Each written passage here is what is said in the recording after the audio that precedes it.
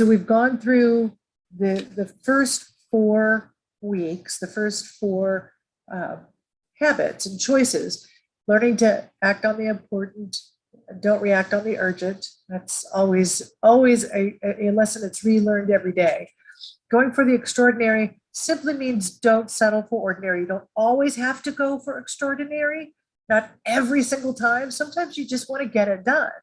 But more often than not, if we just did that one more thing, just made one more call, right? Just one more call at the end of the day, that's often where the jewel is.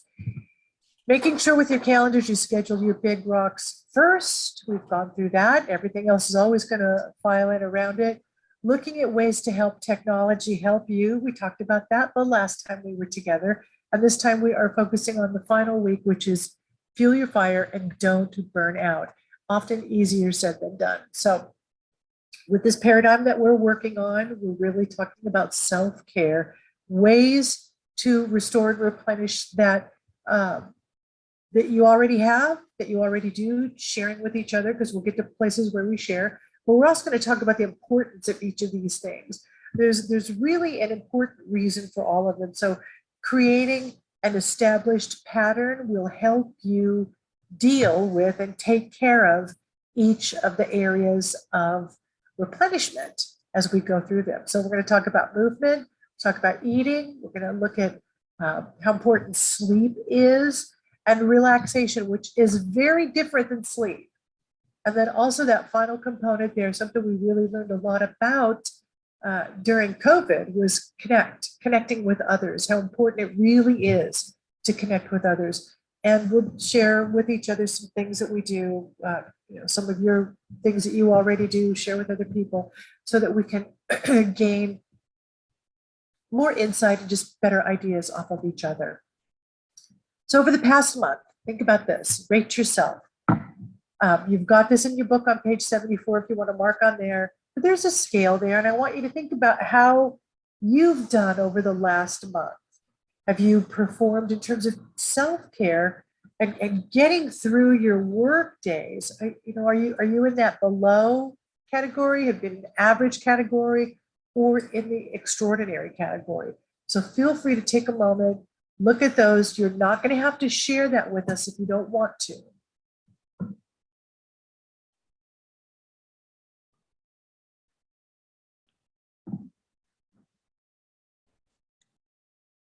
Just figure out where you rest on this over the past 30 days.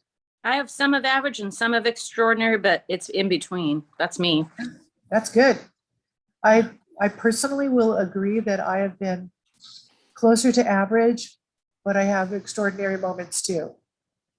And going back through this lesson for today, I realized I've kind of slipped. And I talked about this a few times. You fall off the wagon. This is a practice you have to go back to and refocus on. Michael's been very good about doing this over his whole life. He still does the 30-10 consistently.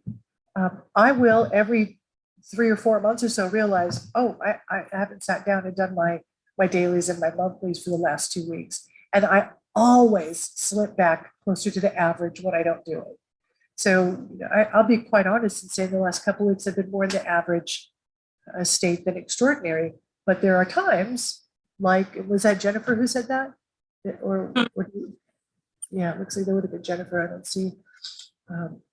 Anyway, there are times when I do feel extraordinary as well. And it's okay to be in the middle of one of those. It's okay to be anywhere on this scale. The focus of today is to how to get more on track to be more in that extraordinary area. Obviously, we all have days where we're below. And one of the things that I like to encourage, and we talk about this today actually, is sometimes you need a day that's below. You need a rest day. That's okay. That is self-care. But if you're living in that spot, that's not a good place to be.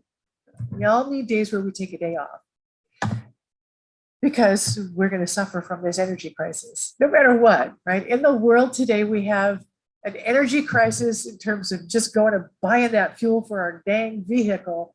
but we can also suffer our own energy crisis. And let me make sure here, share the sound. Here we go. All right, give me a thumbs up, you guys, if you can hear the sound when this starts.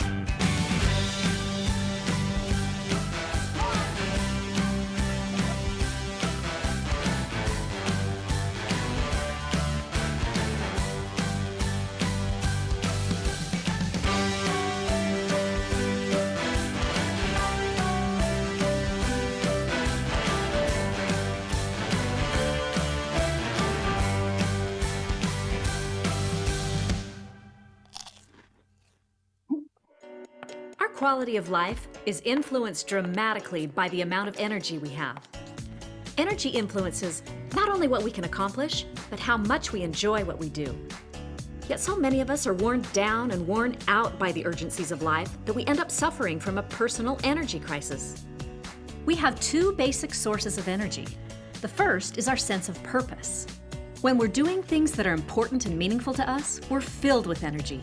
We give our best and enjoy making the effort. On the other hand, when we're caught up in things we feel aren't important, or maybe even meaningless, our energy goes out the window. By making choices 1 through 4, you'll tap into this first source of energy. You'll draw tremendous strength from a life that's focused on things that really matter. The second source of energy is our physical and mental capacity.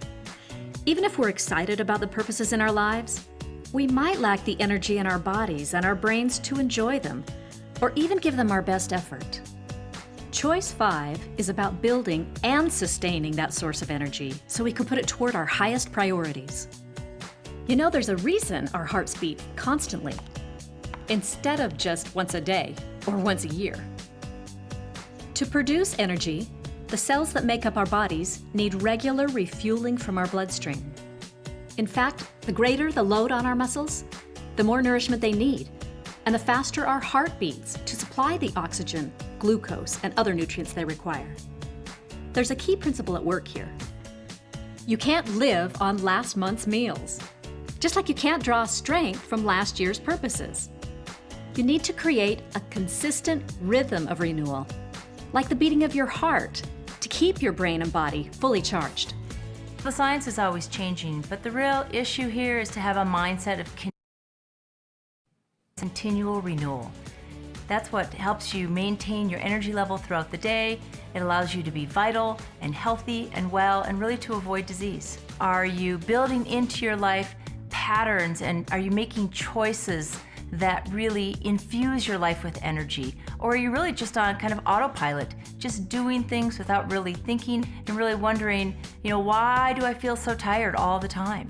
It's really what makes the difference between wellness and disease. And really vitality and feeling like you just don't have enough to give, whether it's to your job or to your family or to your friends. The easiest way to make change in your life is to take some small steps. It's really hard to bite it all off at once, but if you take small steps, one at a time, they really start to build on one another. And that's what allows you to have new habits. And with new habits, that allows you to have that sense of renewal, higher energy and vitality, and it really starts to have a positive effect on your life. There are 5 drivers of physical and mental capacity.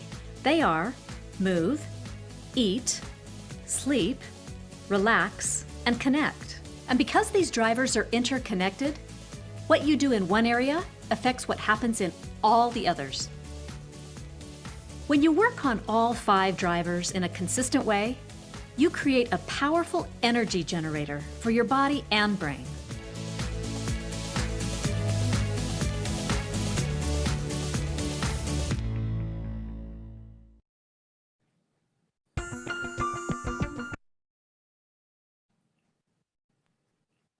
All right.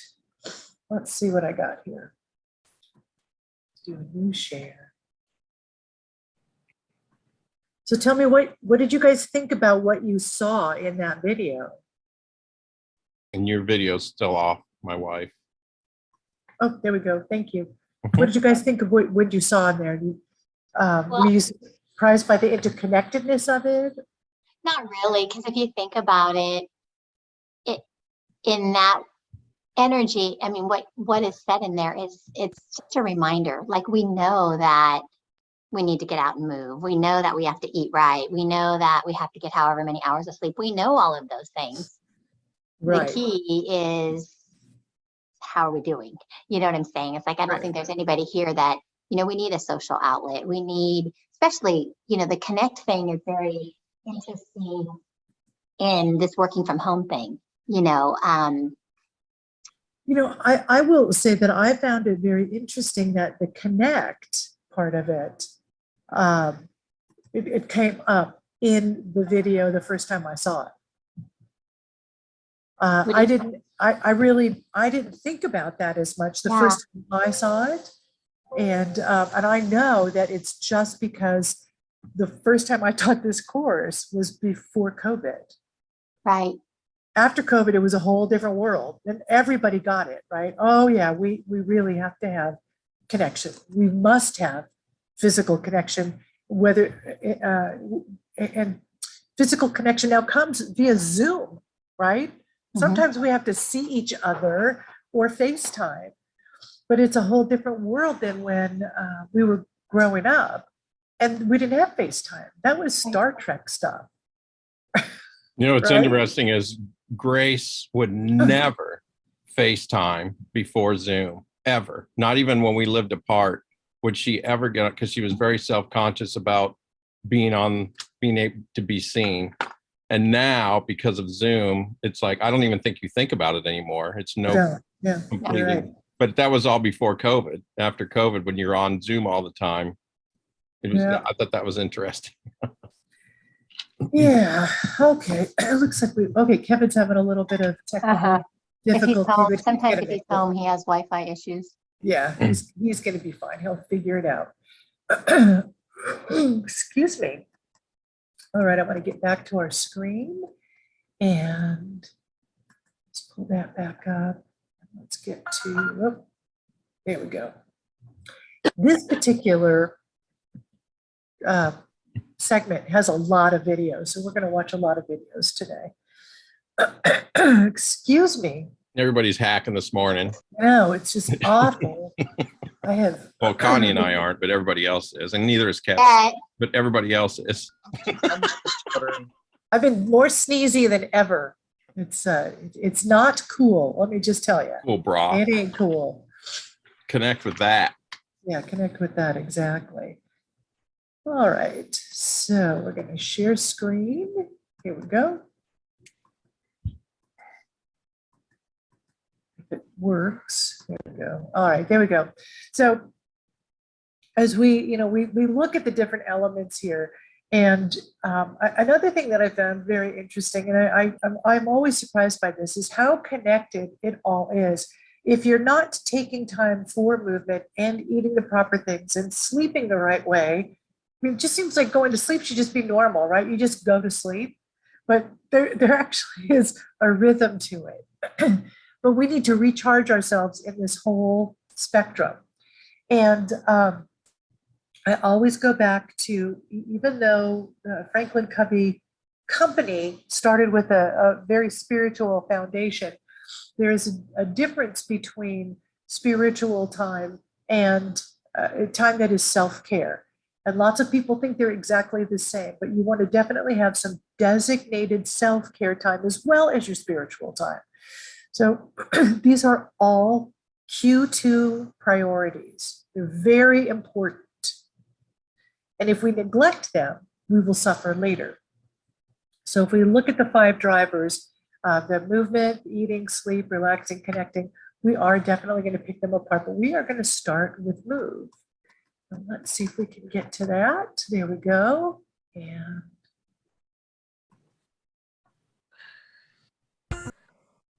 here we go. I'm going to change this.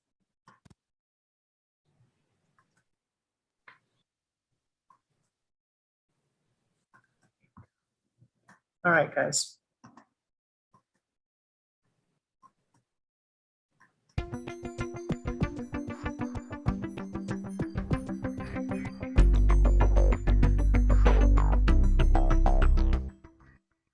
Our bodies were meant to move. A motionless, sedentary life is behind most of the self-inflicted illnesses of modern society. Here's what the latest research tells us about the power of movement. We used to think that we were given a certain amount of brain cells and that we're going to lose them all.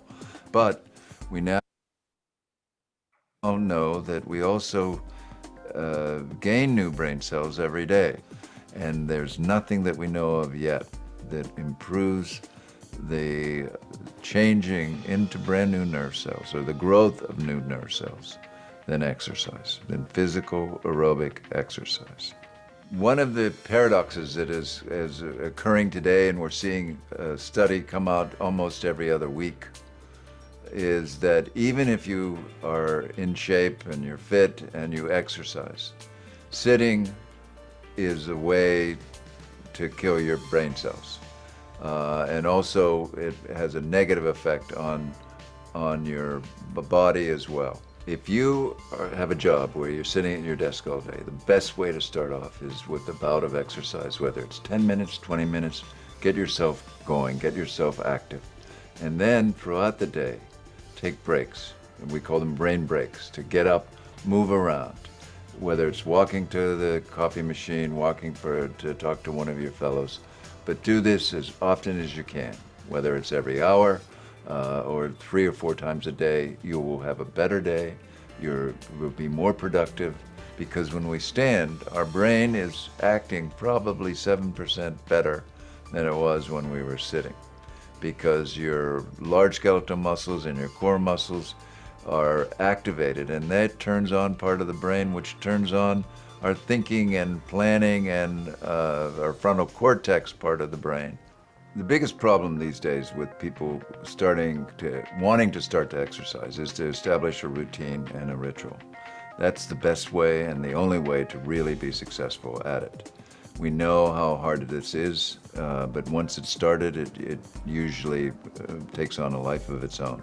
The best way is to do it with someone, to find an activity that is self-generating, that is, it brings you back to it. Like playing squash or playing basketball or walking with someone. It's never too late. We have 93-year-olds who change their whole genes that they're using if they start exercising and make them 30 years younger. And what we know is that if you're in middle age and you begin an exercise program where you've been sedentary before, you stay with it 4 times a week, you will push back cognitive decline by anywhere from 10 to 15 years. It's a biological fact. Bodies are more healthy and energized when they move. An active body is essential for sustained physical and mental energy.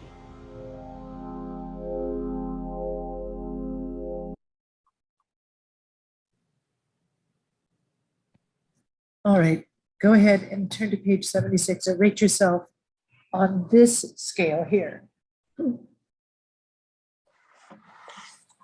Now, if you are calling on accounts, you probably get up and move regularly throughout the day. That's great. Do you also have a consistent exercise program that boosts your energy?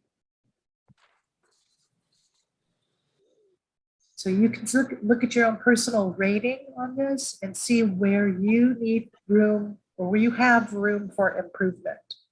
Was there anything specifically that you could take away from that video that impressed you? Yes. that exercising 4 times a week to push back cognitive degeneration by 10 to 15 years. That's pretty amazing. Yeah, I thought that one might get you. I did. Yeah. Really, that we could actually, I didn't know that we could regenerate or generate new brain cells until I started to do this course. I thought when they died, they died. Heaven help me, I'm just going to get to that point where I don't have any left. Right. What about anything from anyone else? Was there anything that stood out to you? Sorry, something crashed in my kitchen loud. Sorry about that. It's okay. Did you find what it was? No, I didn't. My dog's still alive and everything was fine. It just went crash. So we'll look later. Poltergeist. Probably. Yeah. I'm sorry. What was the last question, Grace? If there was anything in the video that stood out to you that you maybe didn't know before. No, that's just my love language. That video was, that is preach for me. That's how I live my life. The other thing that always stands out to me when I watch that video is how you have 7% more blood flow, more brain activity when you're standing. Mhm. So for a practical application of that, in the office, I actually have a standing desk. So I can pop it up and stand. And in the mornings, every single morning, I start work standing, working at my desk. And that's because it's when I feel I'm my most productive anyway. And I will stand, and I also have, we'll talk about apps in a little bit, but for those of you who have Apple Watches, any smartwatch can actually remind you to get up and move. So mine is set to give me a reminder to move. I haven't stood enough. I haven't walked enough. Those sorts of things during the day. But I think about that. And I think that in the afternoons, if you have a slower mindset in the afternoons, which is also very common, spend some time working on your feet. See if that helps. Working on your what? Feet. Oh, Stand working up. on your feet, standing on your, okay. Yeah. I Stand up. actually fall into the like opposite issue. Like I have a hard time staying I think it's because of like my life. I've always had a job that's been like go, go, go on my feet. Right. So I tend to actually have to tell myself, no, you don't need to walk around right now. Like you can get this done on the computer for an hour. Yeah. So I actually have to issue. The opposite of that can be true too. You could be on the move too much. You want to be able to focus. So there are tips for being able to move that you guys already know, things you probably already do, don't even think about. But let's share with each other. Like there's tips here on the screen. For somebody like me in the office, I might be more apt to have more working while walking meetings. So we can do walking meetings. That's great. As long as you don't have to write anything down. So that's one idea. What are some other ideas that you guys can have related to what you actually do to increase the amount of time that you walk and move? Probably setting alarms on your phone too, to get your ass up and move.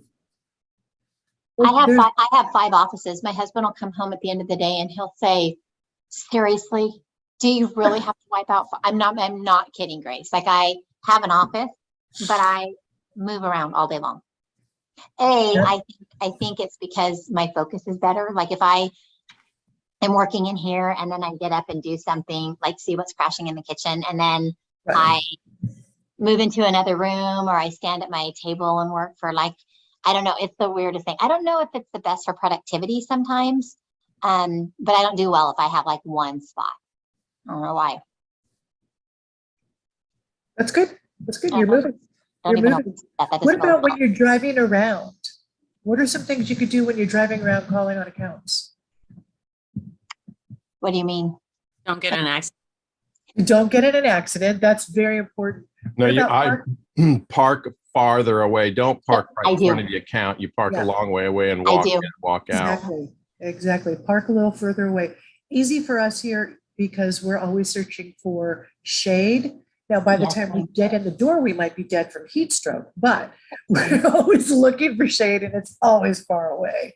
Well, as salespeople, we should not be parking directly in front of an account that takes up a customer's parking No, spot anyway. And But then sometimes, like if I'm downtown, I'll say, oh, you know what? I'm actually just gonna walk there.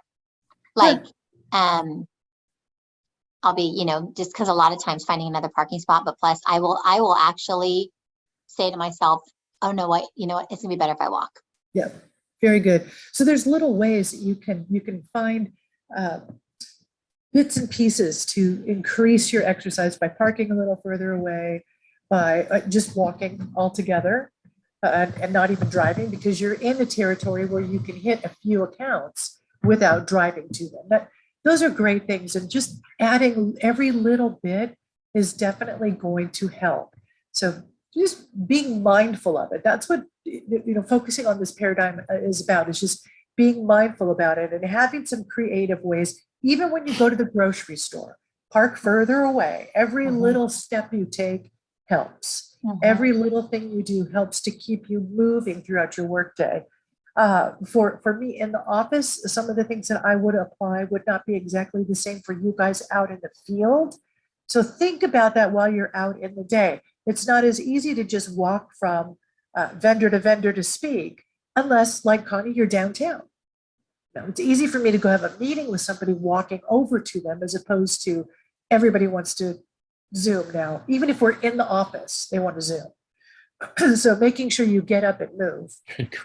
But be mindful of that, and you will find more ways that you can find to move during the day. Even if it means, Connie, you move your desk to a higher place at some point during the day, so you can stand for part of the day. There are people who work out on their treadmill and have their computer in front of them. All fine, as long as it's good and encouraging you to keep going. All right, so what about what you eat? The fuel you put in is going to be what helps contribute to that final result. And it helps in so many ways. So looking at proper fuel is important.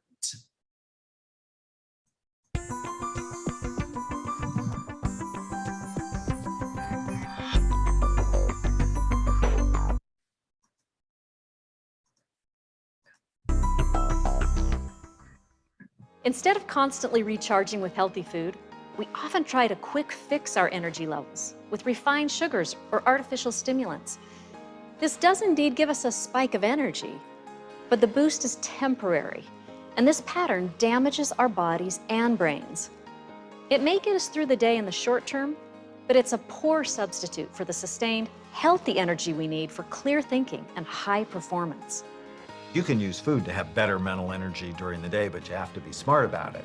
Start with high quality calories. So 400 calories of licorice is absolutely not the same thing as a salad with a piece of wild salmon, blueberries, and walnuts on it.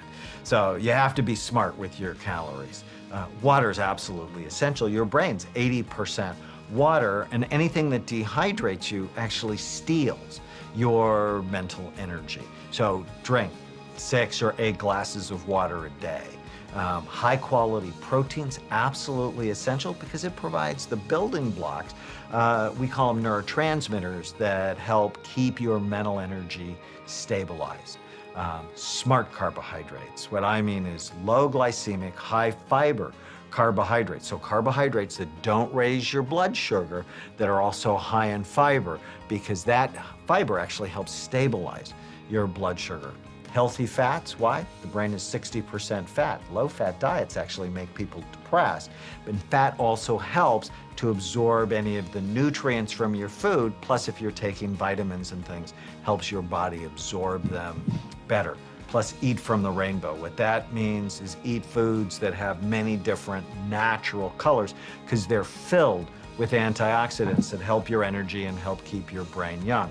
Most people have simple carbohydrates in the morning. It's a big mistake. So if they have pastries or donuts, waffles, pancakes, cereal, sugar cereals, what it does is it just drops their blood sugar and they feel fuzzy and tired. Much better to have protein in the morning, so eggs or meat, nuts, stabilize their blood sugar, have protein throughout the day. And if you want simple carbohydrates like pancakes or pasta, much better have them in the evening when you don't have to focus. Healthy eating is an enjoyable way to create energy and maintain a healthy life.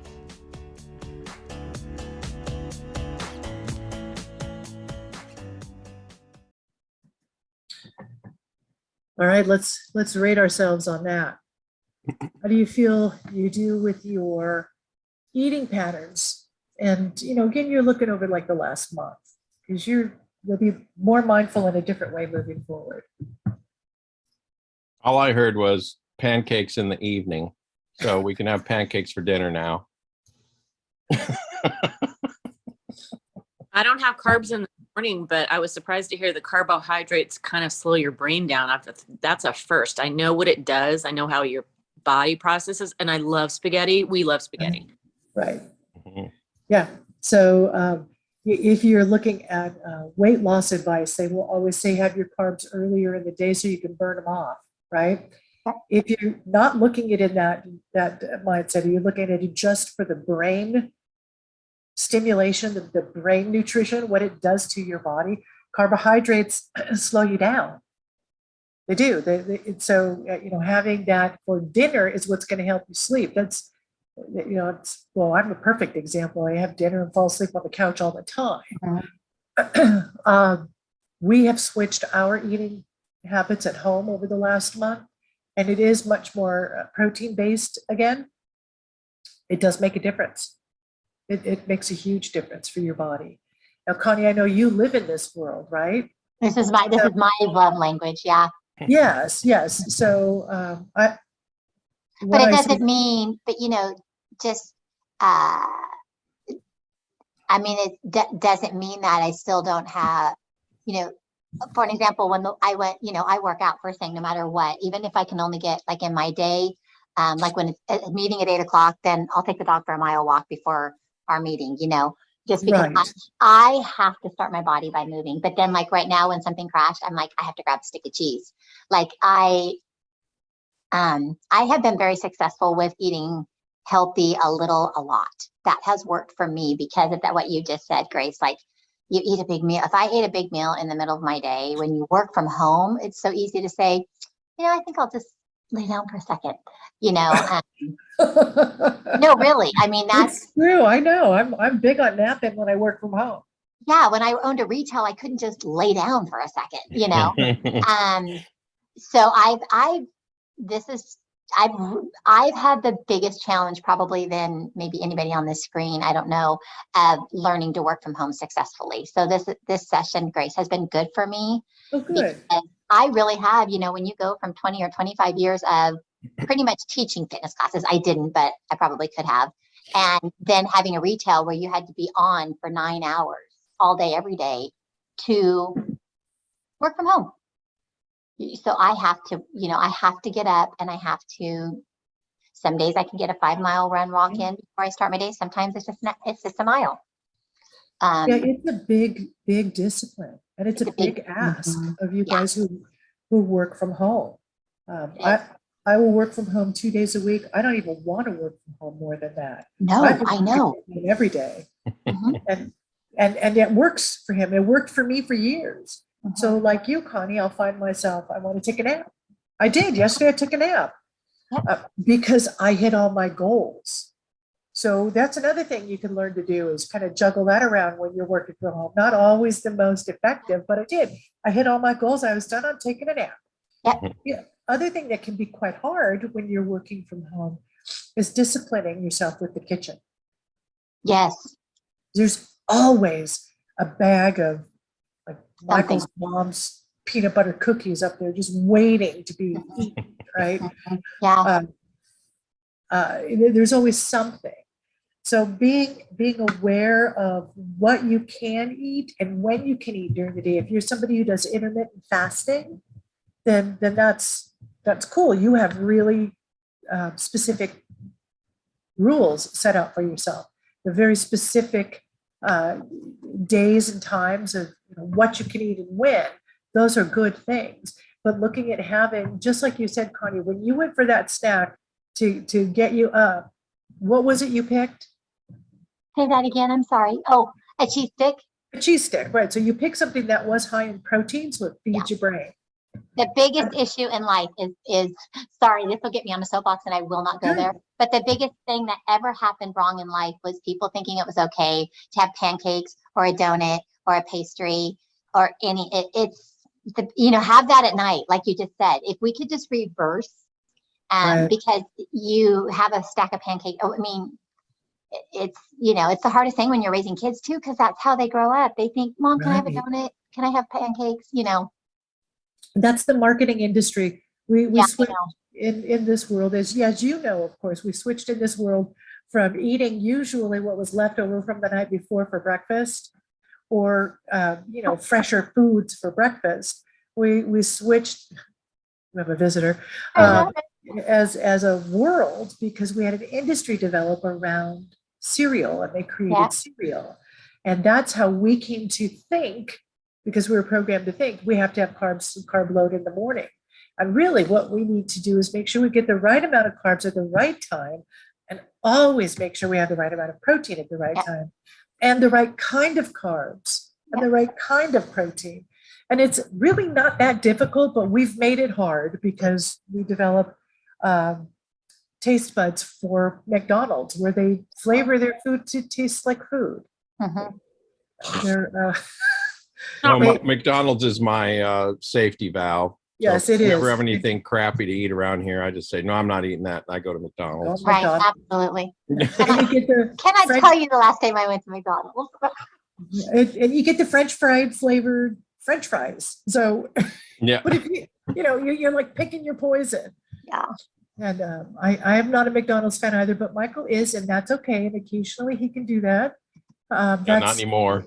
Yeah, not I anymore. haven't done that for a while. Right.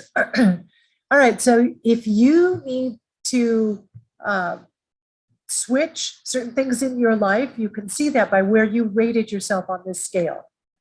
And when it comes to eating, there's thousands of ideas out there on, recipes and plans. Even at Plexus, where I work, we have it's sort of an app. It's actually a web-based thing, but it's called Pivotal, and it's free if you belong. There's a lot of companies that have these things, and you can buy them. Apps that you can use, you can buy, but it'll basically gives you recipes, workout schedule, and lifestyle stuff. So you don't have to do it all by yourself. There are ways out there to do this if you need help. Just talking to each other, you've got Connie here to help give you some guidance. Oh, I'm about ready to send an email out for the Healthy Shasta walkathon. So Oh yeah, everybody be ready. there we go. There we go. One quick tip that they always include here is to just eat more fish. Yeah. Eating fish that are higher in omega-3 fatty acids. That's great for your brain, and it really helps in many, many ways. If you don't like fish, Michael takes a krill oil that I buy for him at Costco. He could buy for himself if he went to Costco, but you know what I mean. There's ways you can get that in, and it's good for your heart, good for your brain. Different things like that you can look at. So you don't have to change everything completely, but you could add a little bit of this, maybe take away a little bit of the French fried flavored French fries.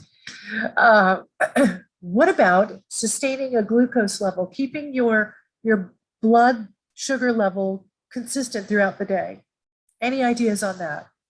Well, I can speak up and say that when my husband did shatter his knee when he was at Mercy in there for 5 days, he said, "Hey, by the way, before we're going to do surgery on you have diabetes. If you keep on doing this and drinking 4 Gatorades a day, you won't make it." Wow. So it was a huge shift, and it is possible for somebody to do if you eat processed foods, if you're drinking. And I called it, I said, stop drinking so much sugar water. This is getting ridiculous. So it's Yeah. only 0 sugar drinks.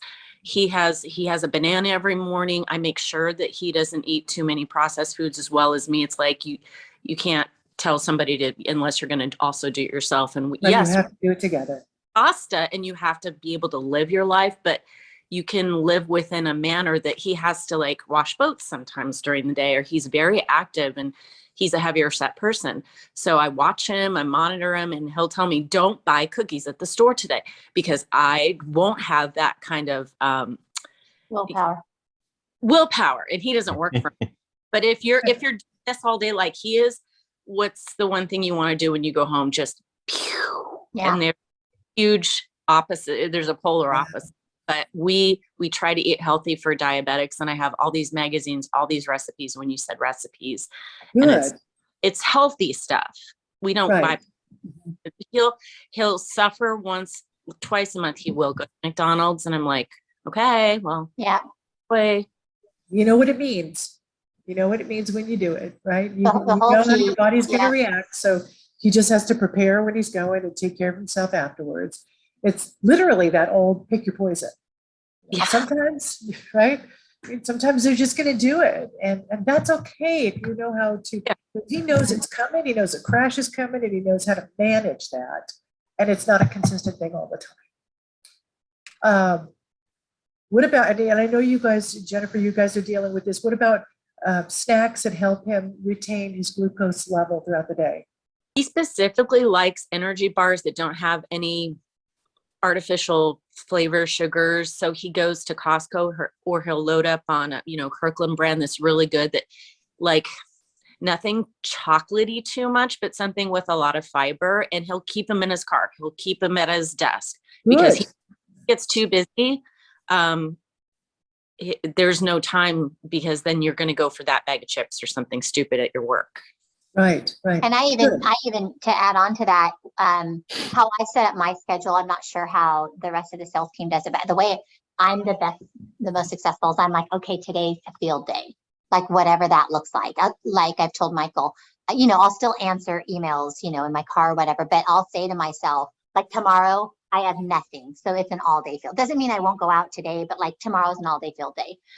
And so I will, because I'm a mover, I don't want to stop and eat. Like I don't want to stop and have a salad somewhere. So I will do exactly what Jen was just saying for her husband. I'll grab a couple of healthy things. Uh-huh. Back in the nickel days, when you didn't have email and all that, I used to actually take a cooler in my car. Because I can feel myself the minute I feel myself start dropping, your energy with your clients, your Right. ability to think on your feet. So I take things, just like Jen was mentioning, I take stuff with me, because if you don't have healthy stuff, then you will stop at a mini mart and Absolutely. you will grab chips. Absolutely. Absolutely. One of the things that we always try to make sure we have on hand, and we're out of today, is at Trader Joe's. You can get little packs of the trail mix and nuts. Yep. We're getting the ones that are just nuts right now. But nuts are a great source of protein. Mhm, mhm. Plus they have fiber. So they have other nutrients in them as well. And different nuts are good for different things. So like certain nuts are good for your brain, and certain nuts are good for your heart. They just have different nutrients in them. So if you have a mixed bag of nuts, you kind of have a little broad spectrum pick-me-up, and it's clean. The thing about nuts is that they can be high in fats, right? Yeah. So you do want to monitor that, not have too much.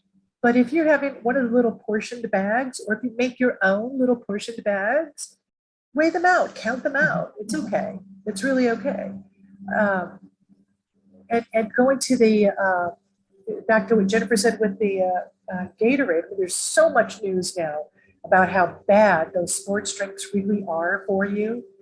There are alternatives. Again, at Plexus, we have something called Slim. A lot of companies have hydrate drinks, and drinks that are meant to help like stabilize, like Slim will help stabilize blood glucose level throughout the day. Our hydrate, like a lot of other companies, there are a lot of options now out there where you can get the stick hydrates, and they are sugar-free, and they're free of dyes, and they're free of all the stuff that's bad for you. But the person can still get the hydrating benefits of that electrolyte drink. So you can find options that are out there. Just because I work for a company that has their own options. It doesn't mean I'm pushing them. There are a lot of companies that are out there that will have those sorts of options for you. And you can find them at Sprouts.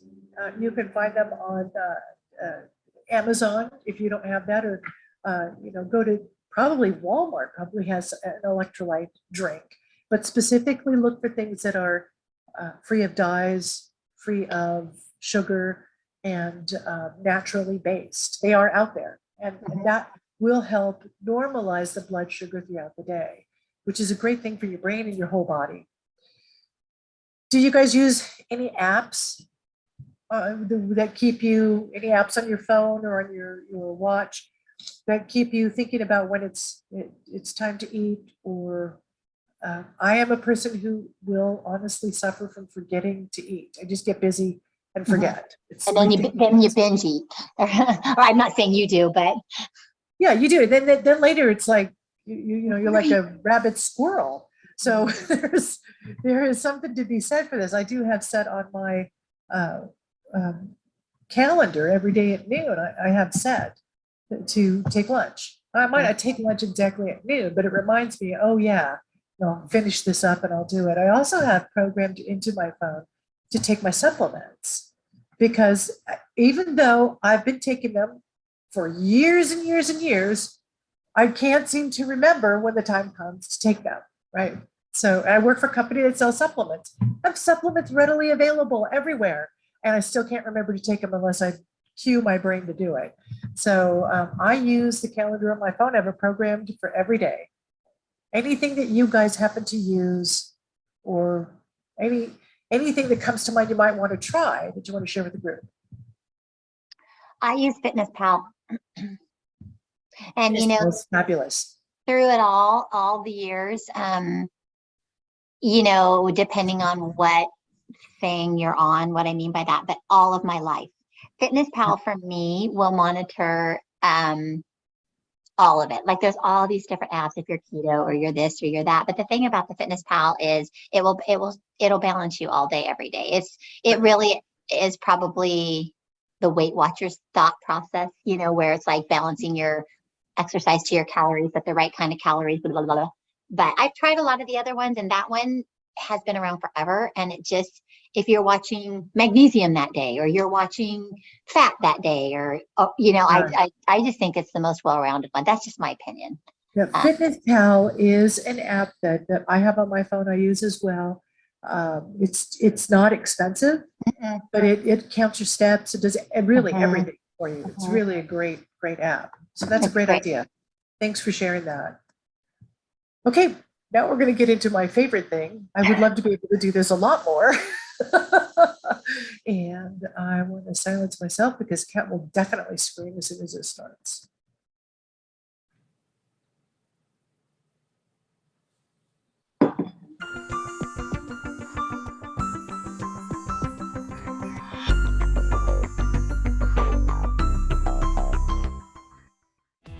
When you're tired, the logical thing to do is to sleep.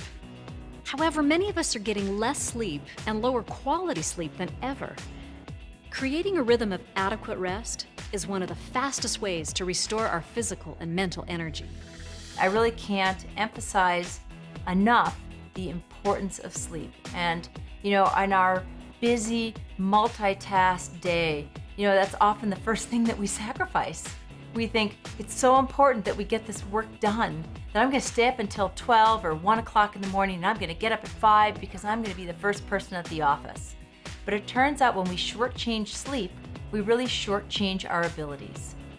And it's bad when we do it once, but it's really bad for our health and our well-being and our productivity if we do it consistently over time.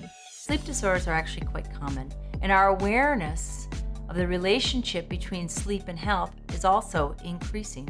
We know that people who get inadequate sleep have higher rates of high blood pressure. They are at greater risk for having a heart attack. They are more likely to be obese. They have more problems with mental health issues like depression and anxiety. They may have more chronic pain. So sleep disturbance can have profound influences on health, which is one of the reasons why clinicians and physicians are trying to ascertain from their patients how much sleep they're getting. Try and think back, when was the last time you saw your physician and he or she asked you about sleep? Now, in the past, maybe not so often, but nowadays, we're trying to have an increasing awareness of this relationship between sleep and disease. Sleep is really when we have this sense of renewal. It's when we consolidate our memories. It's what allows us to remember things from day to day. So you have this important meeting and you want to process that information while you're sleeping so that you can actually use it the next day. That's one of the things that sleep does for us. Sleep improves your memories. It improves your cognition. It allows you to be a thinking person. There are lots of things you can do to improve the quality and the quantity of your sleep. Regular physical activity is important. Maybe it's the most important because we know people who expend more energy during the day, they need more recovery at night, so they tend to sleep better and sleep longer. There are also some things you can do to avoid problems with sleep, like not getting on your computer and doing email right before bed, or watching television in your bed. Because it turns out when you get a lot of light in your eyes, your brain thinks it's daytime. And if it's daytime, it's not sleeping time. Simple things like avoidance of alcohol or caffeine later in the evening, that's associated with better sleep. Even avoiding a heavy meal a couple of hours before bedtime is associated with better sleep. So it's really important that people get adequate sleep, and not just one good night of sleep, but a consistent amount of sleep over time that really allows them to optimize their performance. Nighttime is recharging time. When we consistently get a good night's rest, everything is better.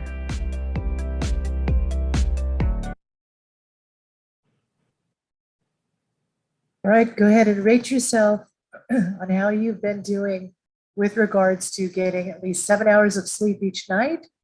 And are you satisfied with the quality of your sleep? That should be on page 77 for you.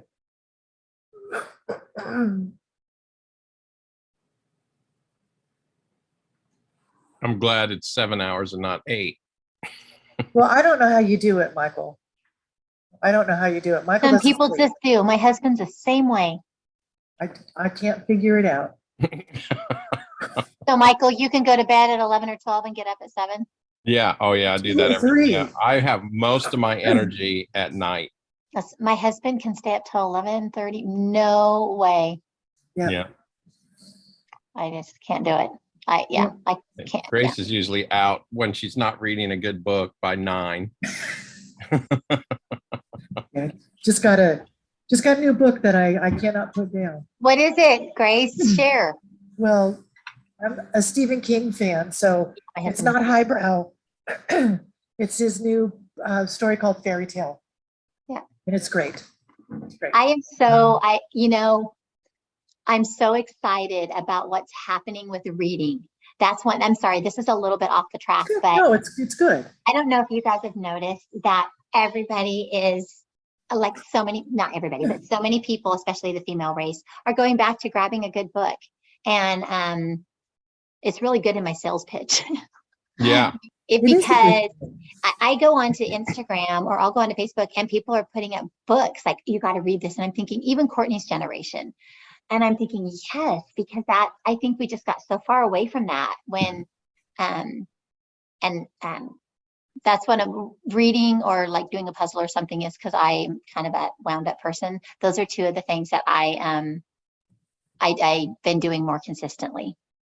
And I'm going to tie those into a sleep routine now. Do you read before bed? No, I used to, but I can't anymore. And why is that?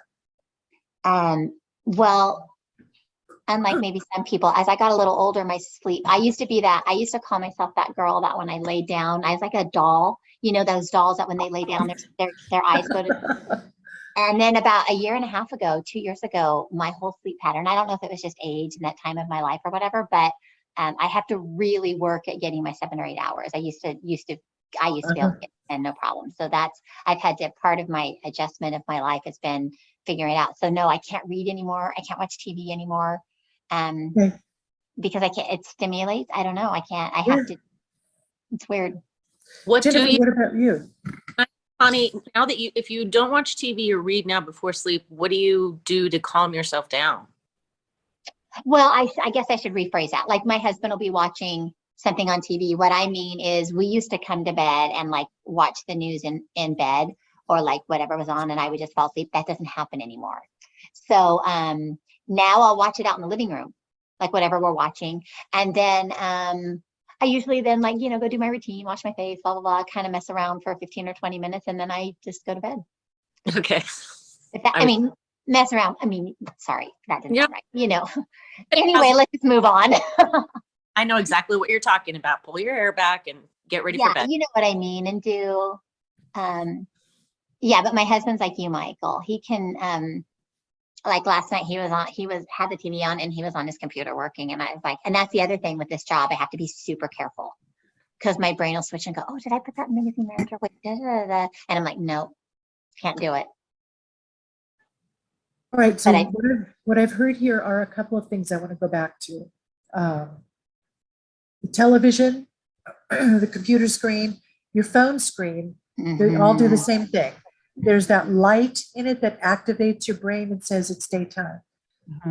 So one thing that we can do, like Michael, your glasses are this, my glasses, all the glasses I always get now, always have the blue light filter. Yep.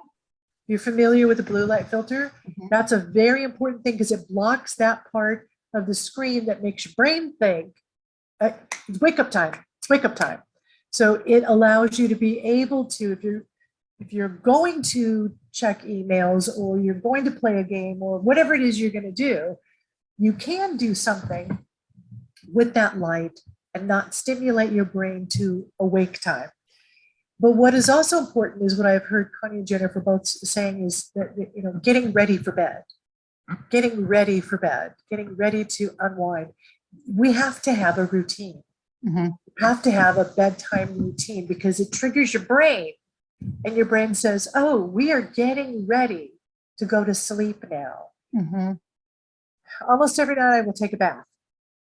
And that's so good. Yeah, and I like baths. Other people like showers, but if it is part of your consistent routine to wind down, Michael is the sort of person that he does shower every evening, but it seems to energize him. So he needs to find another thing to do.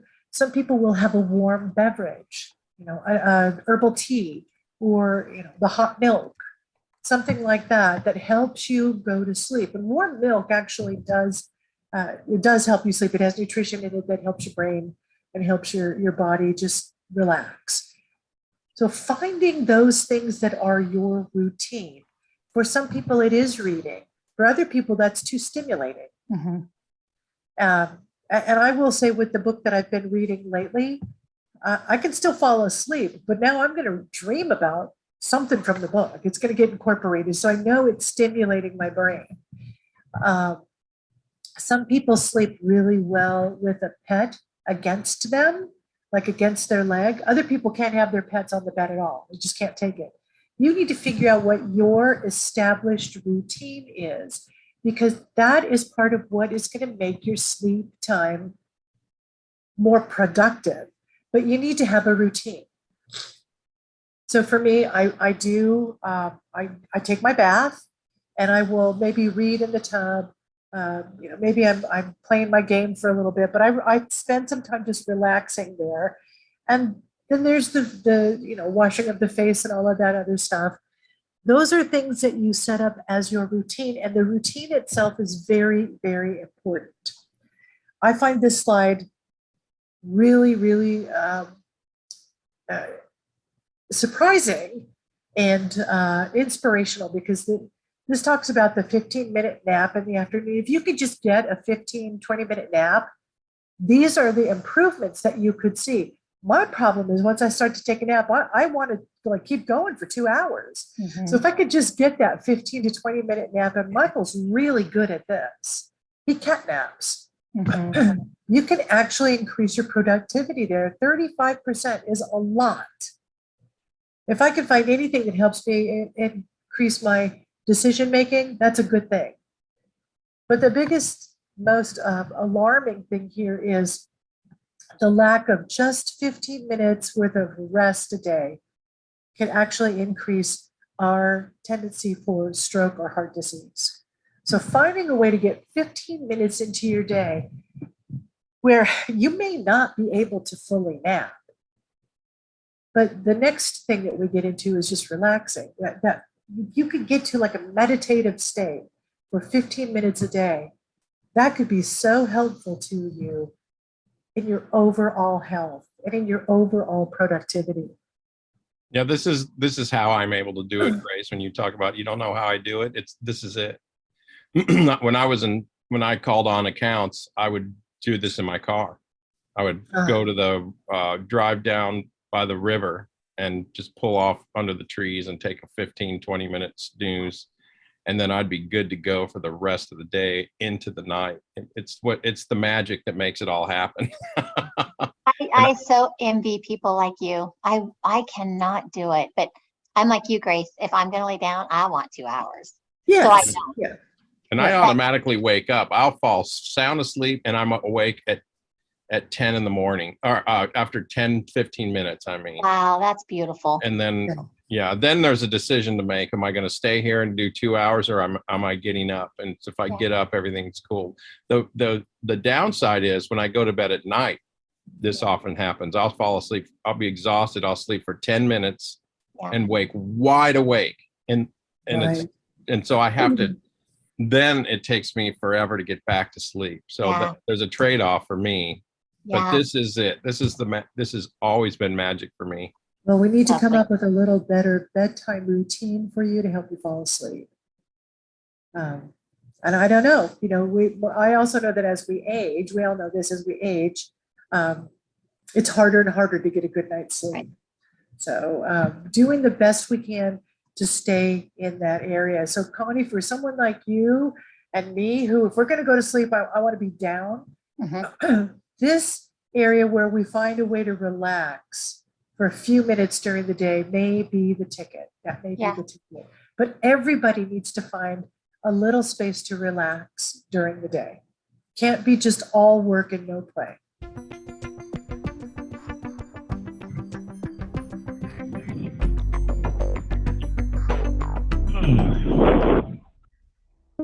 We live in a high-pressure environment, and while a certain amount of stress can be energizing, if the stress goes on too long, it can turn toxic, drain our energy, and damage our bodies and brains. A great way to manage stress is through choices 1 through 4, which keep you in the driver's seat of your life. But there are some additional actions you can take to get rid of the strain on your physical and mental energy. Stress is probably the biggest robber of mental energy. We know that stress hormones kill cells in the memory centers of your brain. Having too much stress actually puts more fat on your belly, which increases illness overall. It decreases your mood, so it increases your chance of depression, and it makes your muscles tense. They hurt. So being exposed to stress can affect every system in your body, including your immune system, so you're more likely to get sick when you don't have a regular stress management practice. The #1 cause of stress is the negative thoughts running around your head. And I actually call them ants, automatic negative thoughts, the thoughts that come into your mind automatically and ruin your day.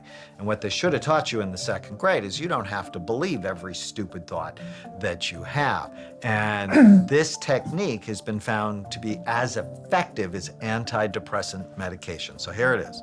Whenever you feel sad, mad, nervous, or out of control, write down your automatic negative thoughts. So write down the negative thoughts and then ask yourself if they're true. Writing them down gets them out of your head. Challenging them uses the front thoughtful part of the brain to get rid of them. A lot of people, when they get stressed, self-medicate with things that are bad for them. So like high sugar foods or alcohol. The most effective way to deal with stress is eat a healthy diet because it'll balance your blood sugar. Low blood sugar, high anxiety. So balance your blood sugar. And also we found that low vitamin D levels and low omega-3 fatty acid levels also increase anxiety and depression. So getting your vitamin D level checked, taking a supplement if you need one, be very helpful. And boosting your omega-3 fatty acid level, either with fish or taking fish oil, can be very helpful to help your mood and decrease your level of stress. Another one of my favorite stress management techniques is very simple, deep breathing. I can help people break a panic attack in under a minute. This is how you do it. Take a big breath, and then take 5 seconds to blow it out. Another big breath. Take another 5 seconds to blow it out. Do that 5 times, and what you'll see is your level of stress will start going like this because the oxygen in your brain will go up, and your brain is very oxygen sensitive, and that all by itself will help break a panic attack and help you feel less stress. Do that 2 or 3 times a day. You'll be amazed at how helpful it is. When stress is high, sometimes our natural tendency is to hunker down and work harder. The truth is that in times of extremely high pressure, it's more important than ever to manage your stress well. Not only does it keep you healthy for the long term, it improves your immediate performance. Your thinking is better, your ideas are more creative, and your emotions are under control. You simply produce better results because you're keeping your fire burning and not burning out.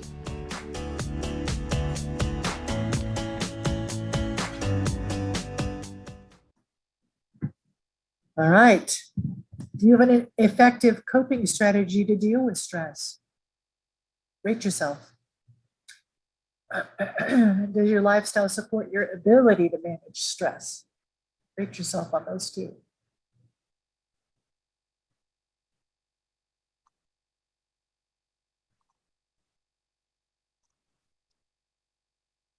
What do you guys think? Do you do well now coping with stress? Do you have something that you go to when you feel stressed? I think one of the interesting things that dude said was about negative self-talk. That's I've read studies that about 80% of what we think to ourselves is negative. Right. You moron, you idiot. Why did you do it like that? Well, you're fat. You don't look good. You don't look good today. Why did you say that? Why did you do that? What a dumbass. You know, all these things that we tell ourselves on and on and on going, it's almost constantly negative. We rarely think to ourselves, wow, you did a good job. You look great today. You know, that whole thing from Saturday Night Live. I like myself with standing in the mirror. But that is, it's a real true thing. And you have to guard against that. And it's almost impossible because we generally tend to want to think negatively about ourselves. Even when somebody says, hey, you look great today, what's the first thing you say? Oh, this old piece of crap, I bought this at a thrift store and I've worn it forever and I don't like it. Okay, well, all I wanted you to say is, well, thank you. So what about this? Go ahead, Kevin, go ahead. Can you hear me okay? Yes. I'm getting the win-win. I'm on the road and I'm getting to be in the meeting. Okay. Thank you, Michael, for the information. No, boy, see if I can. What I was going to say is a lot of people I guess you might say, we're trained with negative thinking to think that I can't help myself. But one of the first things I learned years ago as I leaned into some of this is if you're not in control of your thoughts and emotions and feelings, who is? Mm-hmm. And what it does is it means taking your emotions captive and deciding whether they're benefiting you or not. So I really like what you're talking about right now. Awesome. What about this thought? Have you guys, any of you ever thought to yourself, sooner or later, they're going to figure out I can't do this. Oh. Eventually, someone's going to figure out I'm not good enough for this job. Eventually, they're going to figure out I don't know what I'm doing. Or anything else in that sort of, I'm not good enough, and they don't know it yet, but they'll figure it out eventually. Have you guys ever had any thoughts like that? It's called imposter's syndrome, where we're put into a position and we start thinking, I don't know why they gave me this. I'm really not good enough. And we start thinking eventually we're going to get found out. That's another negative spiral we get into. And it's really common. So being able to be aware of when you have those negative thoughts and turning them around. So like Michael said, write down what's going to happen what if this does happen? What if I don't get this particular account? Is the world going to burn down? Well, probably not. So that just means I'm one more number closer to the yes. Turning the negative thought around to but what if it does work? What if I'm not that bad? What if I actually do look good today? That's a great thing. Finding the opposite statement for that negative thought and writing it down or teaching your brain to switch that thought as soon as you catch it. As soon as you catch that thought, switch it around to the positive. And I actually learned that not just from this, but I'll open and share with people. I went through some therapy. I was given a whole sheet of negative thoughts and how to turn them into a positive. What is the opposite of that statement? So as you get negative thoughts, you can write them down. Look at what this thing is I just thought to myself. And then write out the exact opposite and have the opposite start to be programmed. And it is a rewiring and a reprogramming of your thoughts. It will help you manage your stress better. Jennifer, were you about to say something? Oh, you're getting to know me. I think what you're talking about is negative thoughts we have about ourselves. Like, I didn't do this well today. I didn't dress myself well enough today. But then there are other ones in the people you speak to all the time in these seminars, in their work environment with their clients or our clients. And either you couldn't control a situation, and yeah, you can do that negative thinking. Maybe I didn't say it the right way, but if somebody's coming at you, and I think you guys know, there are things you can't control. And I don't think there's an opposite that I could tell myself other than let it glide off your back, Jen. It's not the worst thing in the world. And you're going to get another account and everything will be better. Does that make sense? Yes. Yes. And always remember that thing we talked about before is the power of the pause. When that thing comes at you, when that negative thing comes at you and it hurts and it's offensive or it's a shock, stop yourself and take a moment and just breathe before you react. Oh yeah. That's Which the I moment think you do a good job at that, Jen. You are good at like I would talk faster than you would. You're really good at like, okay, let me think about this. And then you're really because I'm a fixer, so I want to fix it right now. Yes. Yeah. Where Jen I think Jen exercises the power of the pause very well. Like she'll be like, I realized 3 seconds into this conversation that I just had to listen, even though I didn't agree with a single thing that they said, This is one time I do think that Post-its are really good. I worked with a woman who wanted to immediately respond to negative emails. And I know Michael struggles with this himself. She put a Post-it on her screen. Do I need to respond to this email now? So that would make her take the power of the pause and put it into play. She's mad right now. She's offended right now. She's reactive right now. She'd look at that Post-it and she'd stop. And she'd walk away and come back and respond to the email a little bit later. That's a good time. If you need to remind yourself, Connie, I need to pause more often. Just get a Post-it and stick it on your rear view mirror. Whatever it is. For one of my 5 offices. Yeah, one of your 5 offices. Pause, baby, pause. I mean, don't you just think that? Yeah. Go ahead. I mean, that's just so important just in life. It's not just our clients, it's everything. Even when you disagree with your spouse, it's like, oh, okay, I'm going to wait a second because you're wrong. It's the old count to 10. Yeah, count to 10. Yeah, exactly. Well, then later, 10 minutes, maybe 4 hours, those thoughts will, as we go back to the original, those negative thoughts. But okay, it's the afterthoughts.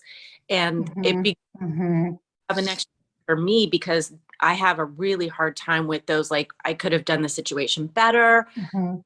And I think these are self-negative thoughts, but sometimes it's not your fault, or Yeah. sometimes Right. and you had to react in the best way possible. That maybe that's a little different. A lot of after Oh, thoughts. no, I think that's completely pertinent. And it's another thing, another time where you could just sit down and as you have the afterthoughts, do a brain dump, write them out. Okay. Write them out. Do a brain dump where you clear all this right out of your head, you write it down, and then go back and look at what you wrote and try to rewrite to the positive. Because there are things that are outside of your control. You cannot change certain things. And it has to do with your area of influence and your area of, would you help me out here, Michael? There's an area of influence, area of I can't remember all the circles anymore. There are certain things you can actually change, and there are things you can't. Mhm. Recognizing that this thing upset you or startled you in some way, okay, that's all right. I can deal with that, but I can't change the thing. So I have to allow it to just go and be. And when you do that brain dump and you can look at on the paper, I feel all of these things, but this is something I can't change. So I really can't own that part of it and let it go. It's freeing. It's very freeing. And you can take the words around it, the feelings around it that are the negative, stressful, toxic feelings and thoughts, and change those and let those go away. That's what you need to work on, not the situation. Because if you can't change it, you can't change it. You Right. only change your reaction to it. I like that. Thanks. Mhm. Absolutely. So this is Back pretty in the day- important. Oh, go ahead. No, I was just going to say, back in the day when I was going through a divorce, late 90s, I picked up a book. It was called, let's see, Anxiety and Panic Attacks. And I started, as I'm reading through some of these, I wasn't sure I was having anxiety. Who wouldn't? Not panic attacks. But in the book, basically, and this was actually before I was even leaning into the Lord as much as I do now, it was if you're feeling insecurity or anxiety, or fear, you need to stop, because there's a very good chance that you're believing a lie. And that's pretty much what you're discussing in all this.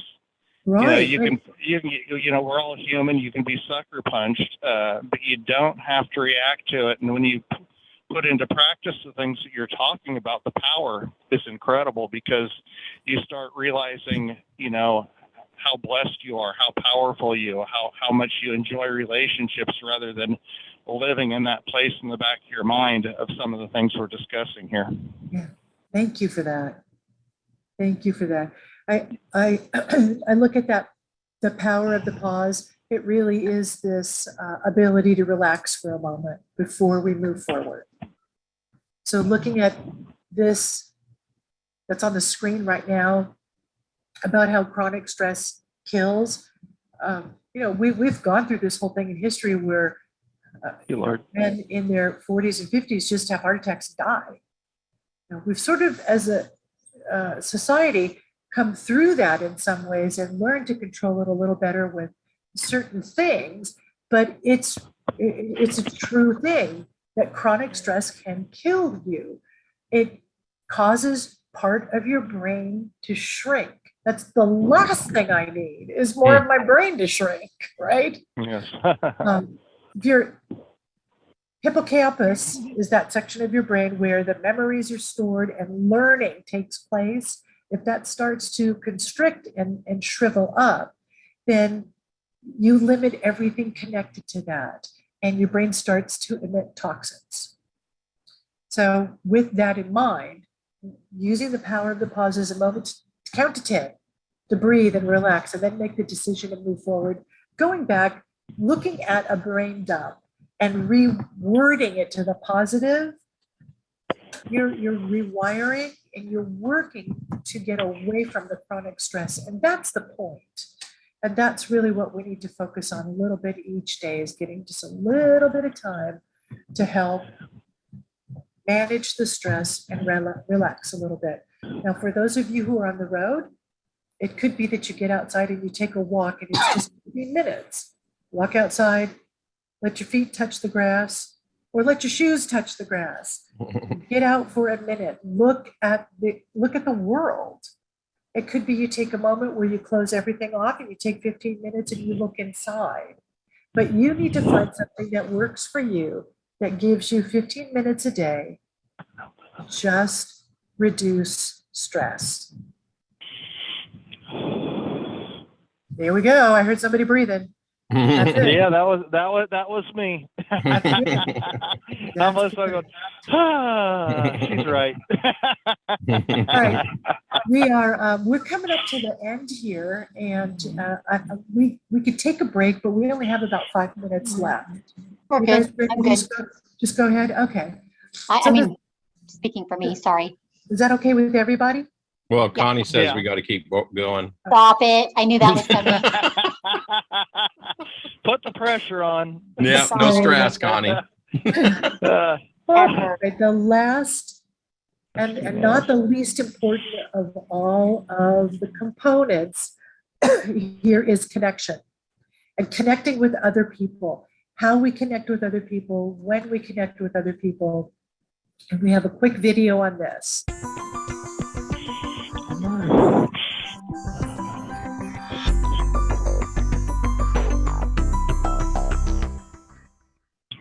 The human moment is disappearing from modern life. It's being replaced by the electronic moment. When you have a human moment, so much more happens than can possibly happen electronically.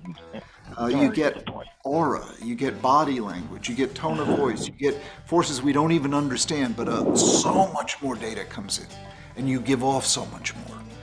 If you want to build trust, if you want to develop empathy, if you want to build connection, you darn well better have some human moments.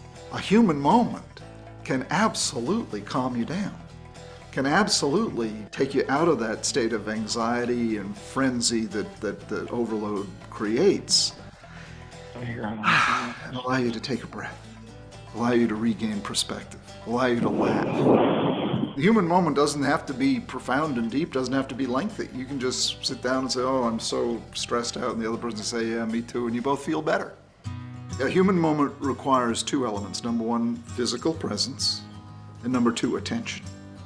So just being together doesn't make a human moment. You can sit next to someone on an airplane and not have a human moment at all. You have to really focus. That means disengage from your laptop. That means get off your cell phone. You cannot multitask and have a productive human moment. You have to put it all aside, make eye contact, and connect with that other person. Listen, relax, don't be in a hurry. When you do that, and these days it's so hard to come by, but you're gonna get a bonanza, not only of information, but of trust and of spontaneous contribution. People are starved to connect in this way because it so rarely happens. And if you can make it your business to be able to put everything down, really connect with that other person, it's like someone who's been on a desert discovering an oasis. Ah, at last! You gotta pay attention and you gotta be together. If you do that, that's a human moment.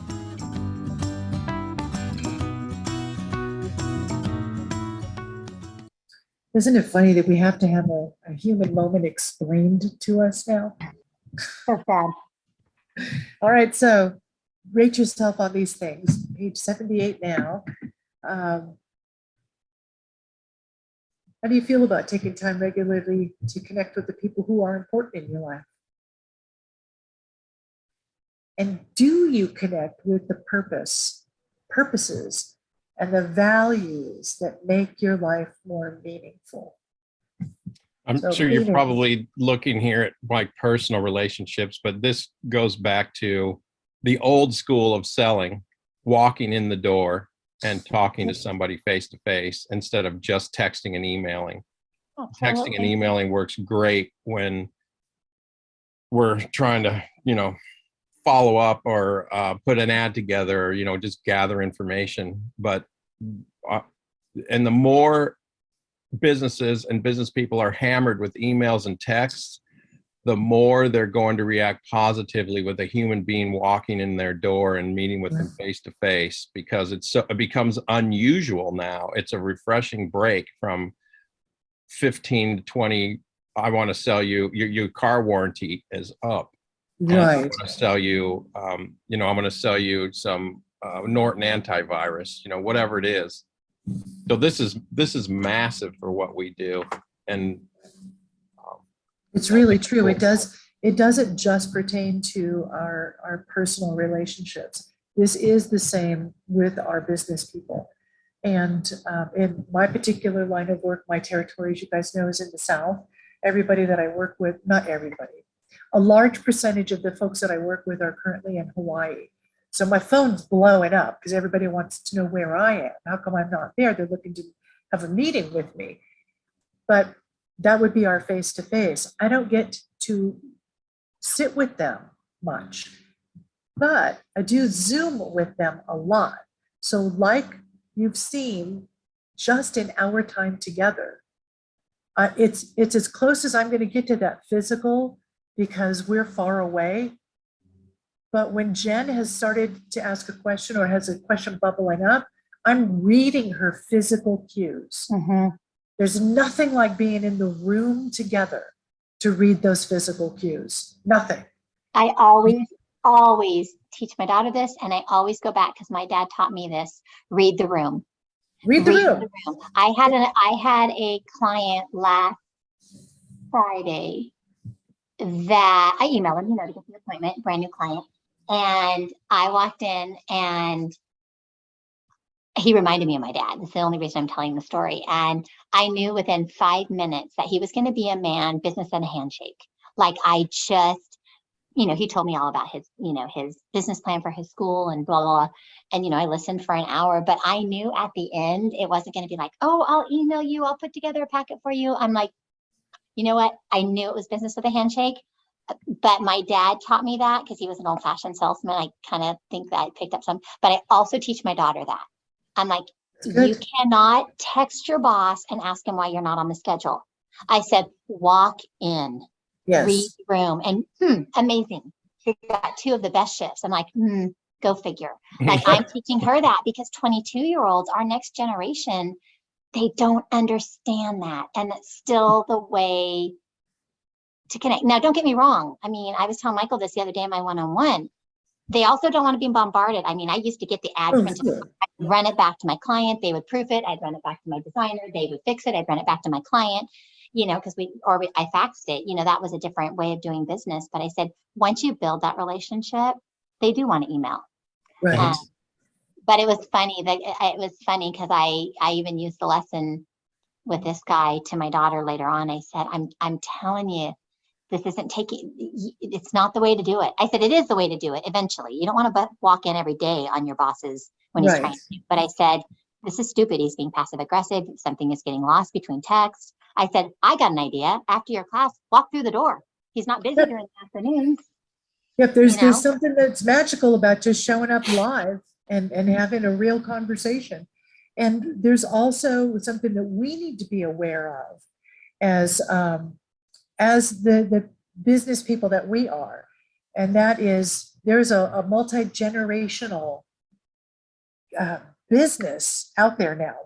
We're dealing with a lot of people who are much younger than we are and people who are older.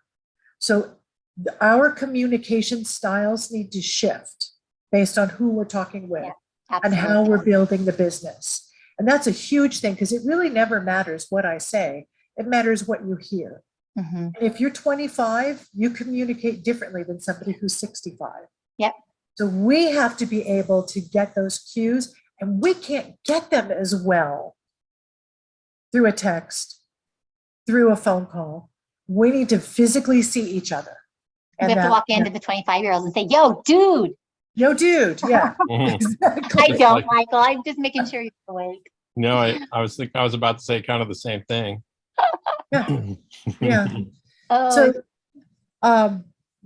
there's more tips on having social groups. You guys have social groups sometimes with church, sometimes with schools, different activities. But the things that happen when you work together and physically collaborate, like when you're meeting with your clients, they're easier to remember and your ideas are better. Sometimes it takes longer, but the end results are better, always. Mhm. And your relationships will become much more rich and build into things that are substantial. And that's what keeps the glue in your businesses. It's your relationships. I don't care what anybody says. It's their relationship with you that's going to really keep things going and keep you working with them. Any questions?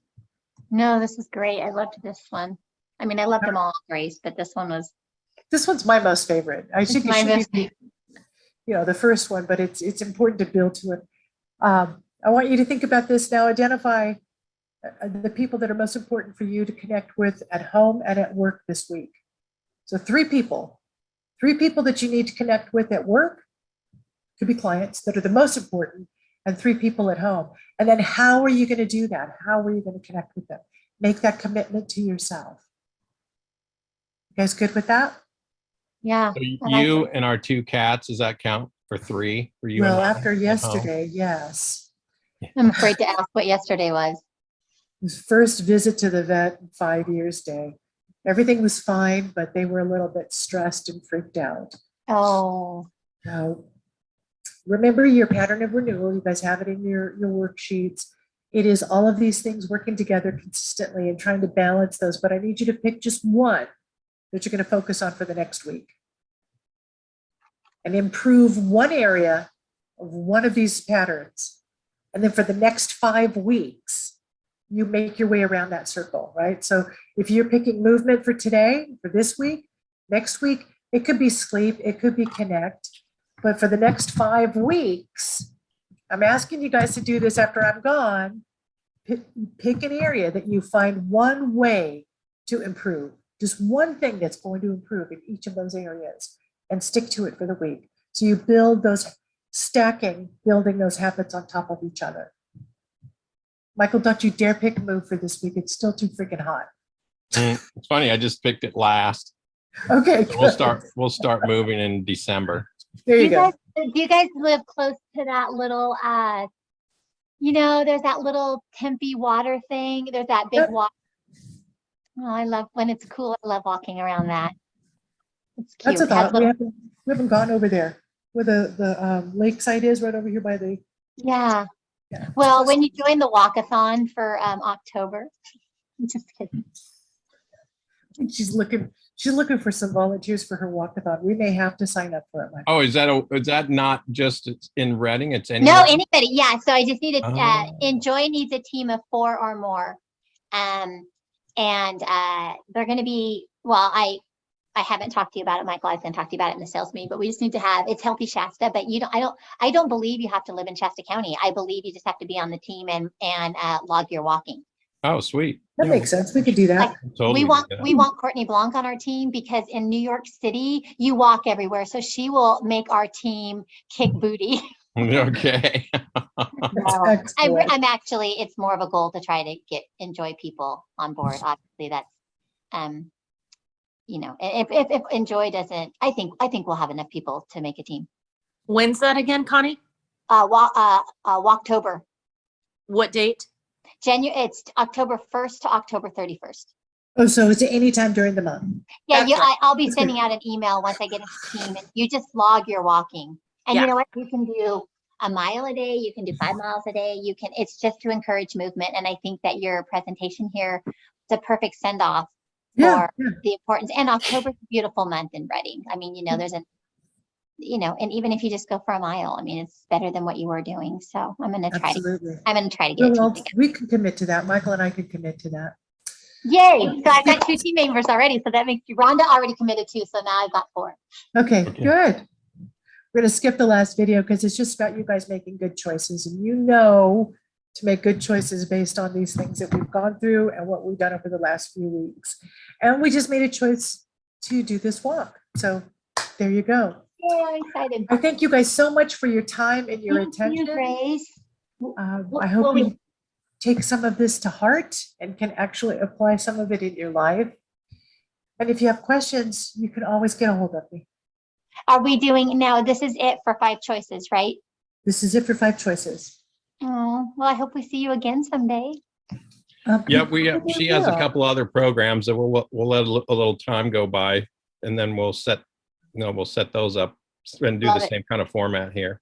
Fun. Thanks It's Kate, good. for your time and doing all of this for us. Yeah, thank you, Thank Grace. you guys for everything and your time and attention. I sure appreciate it.